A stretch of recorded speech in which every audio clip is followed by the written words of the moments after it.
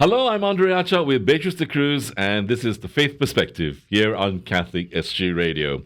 Now, The Faith Perspective is a place and time where we have, of course, the opportunity to discuss trending issues and events happening in and around the church and, of course, in the world.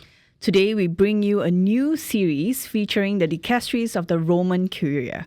Now, earlier this year, we had the opportunity to meet some servants of God who are deeply involved in the work of the church through the dicasteries. And we hope that this series helps you understand how the Catholic Church is governed and organized at the highest level. So to begin this series, you may ask, what is a dicastery?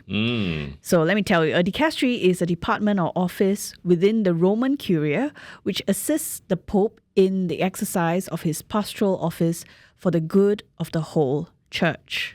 And so, in understanding the roles of the dicasteries, we can see how the dicasteries implement the Pope's mission globally. They assist in shaping decisions about liturgy, the selection of bishops, doctrine, missions, family life, education, and even communications. How key decisions can affect our local church, as our local parishes are also connected to the global church. And now that we know a bit better about the role of the dicasteries of the Roman Curia, let's hear what they have to say from today's featured dicastery.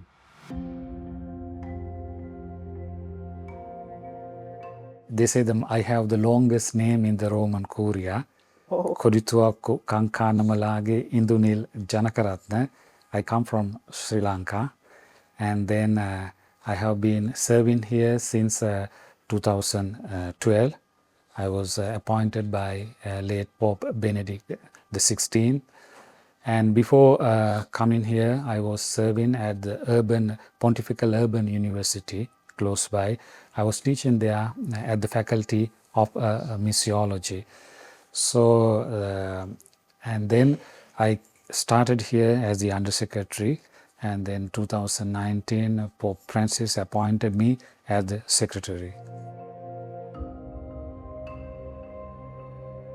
And I come from Sri Lanka, and so for any vocation, and the foundation is laid in the family. So even for the priesthood, what you receive from your family, and then you live it later on in your life. So when it comes to priesthood, and I'm really grateful to my mother. She was a simple woman, but with a deep faith, and so she's the one who first influenced me she transmitted her deep faith with simple devotions in the family, and so that's how I got my faith. Even my mother was a Buddhist. When she married my father, she became Catholic, but she had a very strong faith, and all my other relatives are Buddhists. And then in the course of years, the parish also played a vital role in nourishing. The seed was planted in the family, and then it was watered, fertilized in the parish, and also in the school. And then there was one parish priest called Father Godfrey, and he influenced especially in my life for the vocation of priesthood.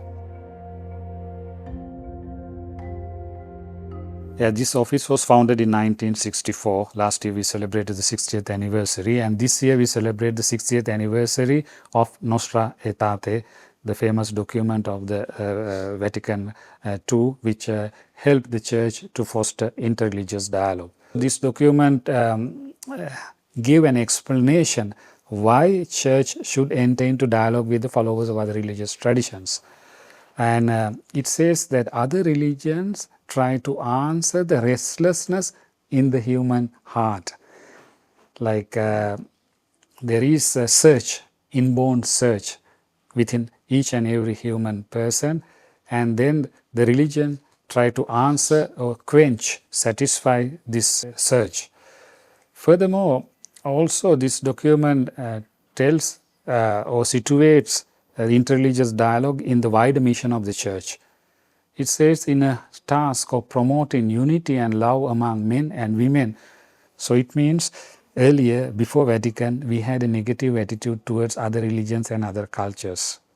But with the Vatican II, we situate other religions in the wider mission of the Church, because as another document of Pope Paul VI, Ecclesiam Suam, on the Church, it encourages the Church to enter into dialogue with the world in which she lives, because she has a message to offer.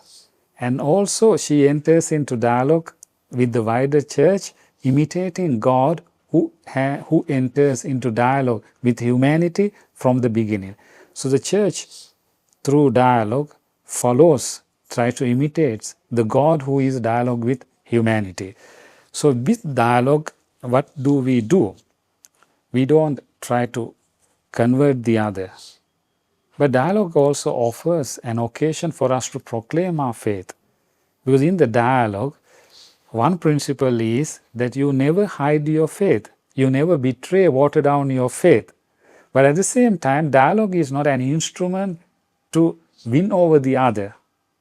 But in the dialogue, there is freedom.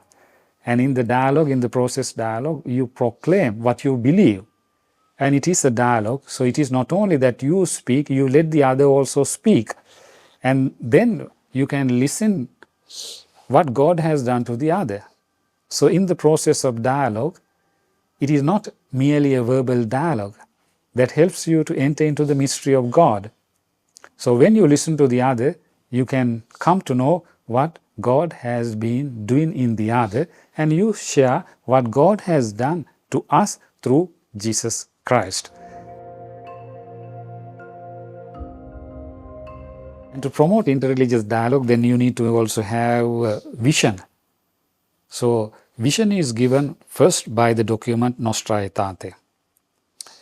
And then later on, we have other documents like Dialogue and Mission, 1986, and then Dialogue and Proclamation, 1991.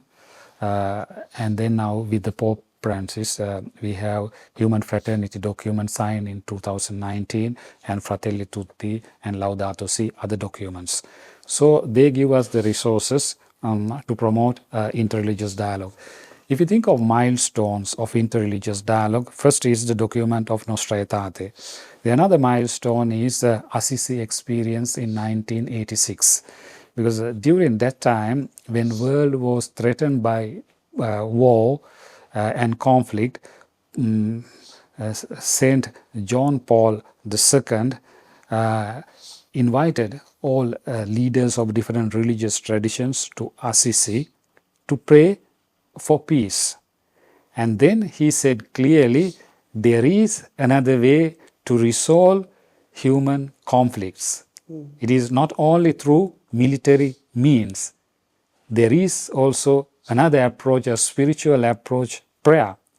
So that was a milestone also in interreligious dialogue, where which is continued now every year. There is this prayer for peace. Then the third milestone would be Human Fraternity document signed in 2019. Because as we all know, Pope Francis often says that Third World War is in pieces. And then he says we see the wounds everywhere. It is not only humanity is wounded, and there is also our common home, environment, nature is wounded. So on one hand, there is cry of the wounded humanity. On the other hand, there is the cry of the earth. And to answer to this situation, which affects everyone, it is not only for Christians or the followers of religious traditions, it affects the whole humanity. So tribalism is on the rise everywhere in the world. So we can also see religious fundamentalism, extremism, and also religious terrorism. And then as a solution to this, Pope promotes fraternity. What is fraternity? It's just the opposite. Fraternity is that you try to see the other as a brother and a sister. So you try to elevate your human consciousness to a higher level, which the religions in the past have done.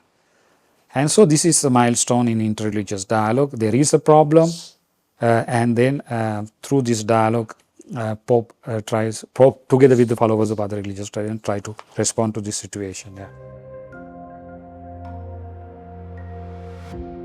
In the regional level, even in Asia, we have interreligious dialogue, bilateral dialogue.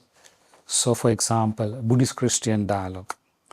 We had one dialogue, I am talking about recent history, but Buddhist-Christian dialogue started in 1995 in Taiwan, in Foganshan Buddhist Monastery.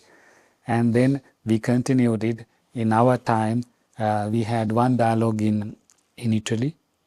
And so what is newness is that in Europe, you have Buddhist, you have Hindus, they can be migrants, they can be locals. And then we try to include everyone to one table. So after that, we went to Buddha Gaya, where Buddha attained enlightenment, Buddhist Christian dialogue, and again in Taiwan, and last year in Bangkok. And this year in May, we go to Cambodia.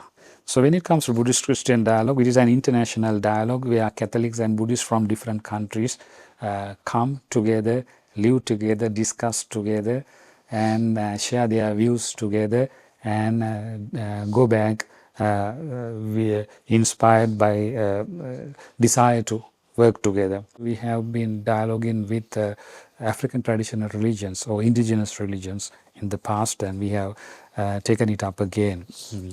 And also in the process of dialogue, we saw that women have not given enough space to remedy that situation. A few years ago, we had a dialogue in Rome for women promoting culture of encounter interreligiously. And also there were two participants from your country, Singapore. Sister Teresa attended that call. So these are some of the contributions. Apart from main achievements and the regional level, we have dialogue. Yeah. They call the digital world is another continent. Yeah. So it's a new continent. And then if we have a message, if we really want to bring peace, justice and harmony, then you need to enter into this world. But it is also like a double-edged sword. It can be used, it can be misused.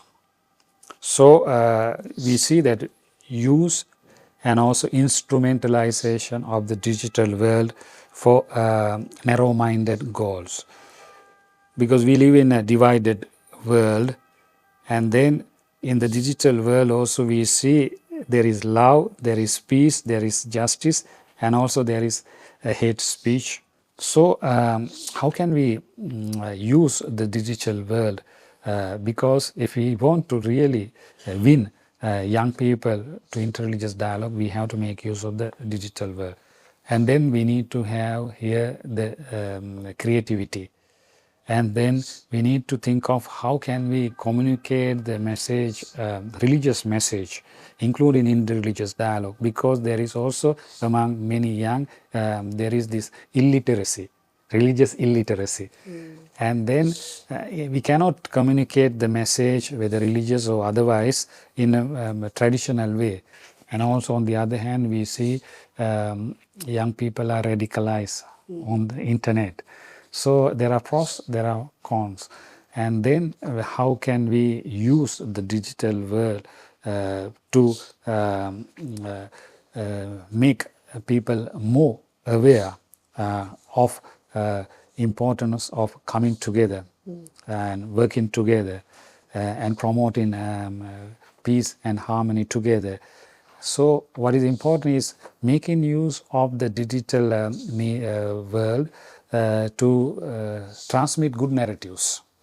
Narratives that inspire people, narratives that can enlighten people, narratives that can bring people together, narratives that can melt the hard-heartedness of people. There are narratives. Unfortunately, media is also sick today because media has a tendency to narrate only the violence, wars, conflicts. So in that way, There has to be an alternative narrative, alternative media, where young people, including all, could share their positive narratives and also hear the good in the world. World has changed. World is rapidly changing, and we need to understand this. And young people are part and parcel of this change. They are being more affected by this change. And then we have a message. Whether it is whatever the change, people have an inner desire, inner thirst for the truth. In our case, for love of Christ. And then our question is, how can we transmit this love of Christ?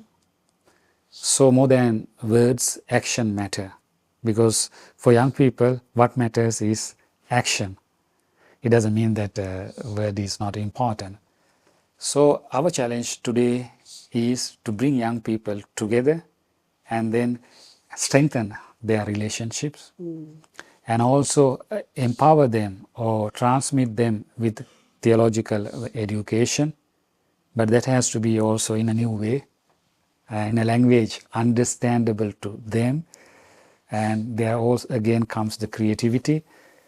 And also bringing young people together belonging to different religious tradition and allow them to live together. For that you need to have a preparation, because you must know your own religion, in our case Christianity, and then only you can speak to the other. And then first we need to empower our people with Christian knowledge of Christianity, but it is an ongoing process. But then the second one is the sociological level, human level. We need to bring together others, with others, allow them to live together. They already live together in the school, in the working place and all. But there would be prejudices. But coming together, living together, you can overcome the prejudices. And for this, we need to have different programs. We need to have booklets that speak of our religion and also about some information about the other religions. And this should be also presented in a different way today using the modern technology and attractive to them. And then we can also, it's not only the followers of other youth of other religious tradition and non-believers also, those who have, because we can rally down on one common point: ecology affects everyone. And so the first imparting the knowledge and also action-oriented formation. Singapore has a positive interreligious atmosphere because it learned from the past errors. If you go to the Harmony Center, and that tells you what went wrong in the history, how we are now, how can we avoid repeating the history. So when I went to Singapore, I have seen the school children visiting the Harmony Center. So that is some sort of formation for them. It will help them to go back to their own history, to know with their own eyes, with modern technology, what has happened in the past, and then and also be grateful to the peace and harmony that they live today, and that also inspire them to avoid repetition of these conflicts. So sometimes there is a risk of taking for granted, because you have come to what you are today. It is because of the hard work of your ancestors or your past generations. And so it is the responsibility of the present generation to preserve it and also to hand it over like a relay race to the next generation. And for that, already as mentioned, Harmony Center and other programs are there in your country. And not only the different religions come together and have common programs, but also there is also government is helping for them to come together. So there is this, what I saw there is they come together And also there is intellectually also they come together for common actions. They come together, the moments of grief, moment of happiness, they come together, common celebration. So in that way, already there is friendship. But as I said, this has to be narrated to the others, because you are surrounded also by many threats, and we live in a world, globalized world. And even though we have a geographical background with today's social communication, everything comes in, everything goes out. So good can come in, evil can come in as well. So we need to read the signs of the time. We need to read what threats are there, could come from within and outside, and then accordingly take actions to overcome these challenges, and also to continue the peace and harmony that you enjoy at present in your country. So the mission of the church exists to continue the mission of Jesus Christ. And then dicastery, from interreligious point of view, also continues the mission of Jesus Christ. So we share this wider mission of healing, justice, reconciliation, healing also not only from anthropological sense, but also from ecological sense. So our programs or our future mission is for this, bring harmony. Then we become bridges. We build bridges because we need to destroy the walls that have been built because of the conflicts. Walls are in the human heart that destroy relationships. Prejudices are there, and discrimination is there. And then we need to bring people together, build bridges. So dialogue, including interreligious dialogue, help us to bring people together, help them to talk together, and first to have an healing, and then work together for the wider humanity and for the safeguarding of the earth. So here I am reminded of Jesus Christ, the risen Lord. When the risen Lord, when he met his disciples, the first word he said was, "Peace be with you." And then he showed his wounds. He showed his wounds to his disciples to show them how I brought about peace. So disciples were also hiding in fear. They were confused. It's like today's world.